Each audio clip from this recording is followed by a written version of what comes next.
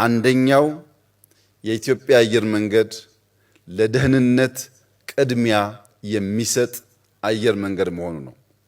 በዓለም ላይ ላለፉት 80 ዓመታት የዘለቁ ግዙፍ የአየር መንገዶችን ከኢትዮጵያ አየር መንገድ ጋር ብናወዳድር ከብዙዎቹ እጅግ ያነሰ በጣም ውስን ኢንሲደንት ከማጋጠም ውጪ ሰላማዊና ሴፍ የሚባል የአየር መንገድ ነው ሊባል የሚያስችል ውጤቶች ባለፉት 10 ዓመታት ማሳየት ችሏል። ሁለተኛው የኢትዮጵያ አየር መንገድ አመራሮች በፈጠራና በትጋት የሚሰሩ በ8 ሰዓት የቀን ስራ የማያምኑ ራሳቸውን እያደጉ ከዓለም የአመራር ብቃት ጋር ራሳቸውን የሚያስተካክሉ ግለሰቦች፣ ቡድኖች ባለፉት 10 ዓመታት ይህንን ተቋም መምራት በመቻላቸው ጭምር ነው። ሶስተኛው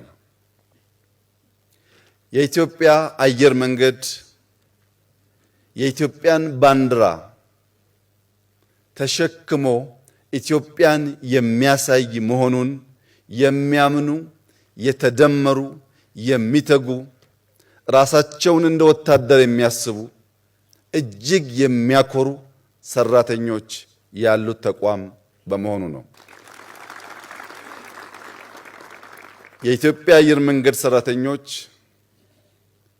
ከሀገር መከላከያ ሚኒስቴር ወታደሮች ተለይተው አይታዩም። በየቀኑ የተሸከሙትን ፍላግ፣ የተሸከሙትን ሰንደቅ ዓላማ፣ የተሸከሙትን ባንዲራ አክብረው ኢትዮጵያን አክብረው ለሁላችን ኩራት ለመሆን በከፍተኛ ትጋት እኛ አውሮፕላን ላይ ስንተኛ ሳይተኙ ማለት ነው።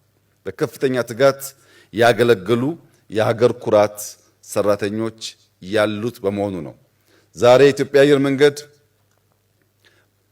በቋሚና ጊዜያዊ የቀጠራቸው ሰራተኞች 26000 ገደማ ይጠጋሉ። 26000 ኮማንዶ ያለው ኩባንያ ነው ማለት ነው። አራተኛው ይህ ኩባንያ ሁሌ ተማሪ መሆኑ ነው።